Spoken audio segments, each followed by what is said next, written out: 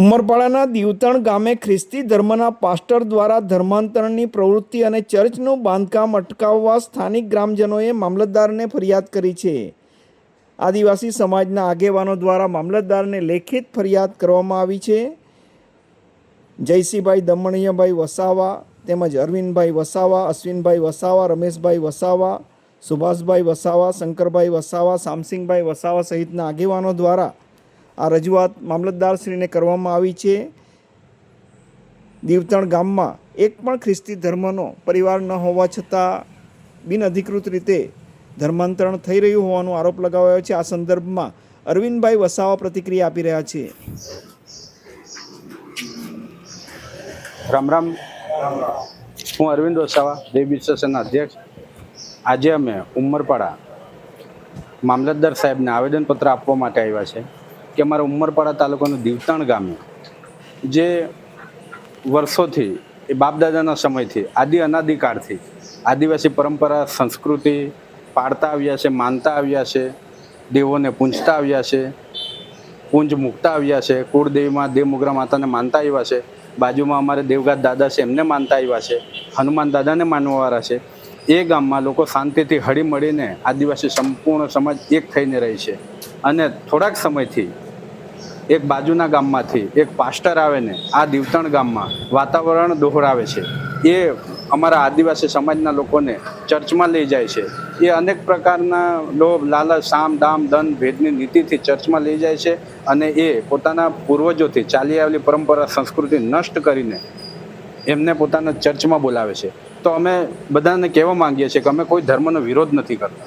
જેણે ભારત દેશમાં જેને જે ગમે તે ધર્મ પાડે, પરંતુ તમે સાચા બનો, કાયદેસરના બનો, સરકારી ચોપડે તમે નોંધાવો અને પછી તમે ભગવાન ઈસુની જે પણ તમારે પૂજા પદ્ધતિ હોય તે પ્રમાણે કરો. પરંતુ આ રીતે તમે ગેરબંધારણીય રીતે ચર્ચમાં લઈ જશો તો આ તો અમારા આદિવાસી સમાજનો અસ્તિત્વનો સમાજ છે. અમે અનાદિકાળથી અમે અમારી પરંપરા સંસ્કૃતિ પાળતા આવ્યા છે, તો એનું શું થશે? અને અમને પણ આ બંધારણમાં, સંવિધાનમાં અમને હક અધિકાર એ અમારી પૂર્વજોના લીધે મળ્યું છે, એ અમારી પરંપરા સંસ્કૃતિના લીધે મળ્યું છે. જો અમે અમારી પરંપરા સંસ્કૃતિ ભૂલી જશું તો અમારા હક અધિકારો બધા ચાલ્યા જશે. તો અમારી આવનાર પેઢીનું શું થશે? એ કેવી રીતે ભણશે? એ કેવી રીતે ડૉક્ટર બનશે? એ કેવી રીતે એન્જિનિયર બનશે? એટલે અમે બધા જેટલા બધા સાચા આદિવાસી છે, જે અમારી પરંપરા સંસ્કૃતિમાં માને છે, એ બધા ભેગા થઈને આજે મામલતદાર સાહેબને આવેદનપત્ર આપવા માટે આવ્યા છે કે એમને કડકમાં કડક કાર્યવાહી કરવામાં આવે અને એમના પર કાયદાકીય પગલાં ભરવામાં આવે, જેથી અમે આદિવાસી તરીકે બચી રહીએ અને અમારું અસ્તિત્વ બચી રહે. બસ એ જ માંગ સાથે અમે આજે આવ્યા છે. ધરતી માતાની જય, દેવમોગરા માતાની જય, દેવગાત દાદાની જય. બધાને રામ રામ.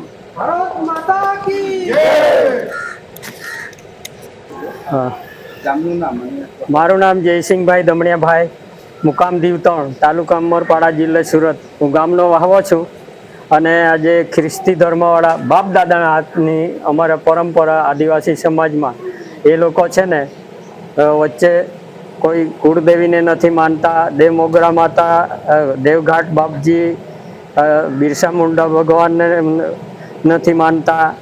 અમારે કુળદેવી ગામનો જે કોઈ દેવી દેવતાનો ફાળો કરે છે એ નથી આપતા અને અમુક જાતનો વિરોધ કરે છે. તો આવું અમારા ગામમાં નહીં થાય એના માટે અમે ભેગા થયેલા છે અને આવેદનપત્ર આપવા આવ્યા છે.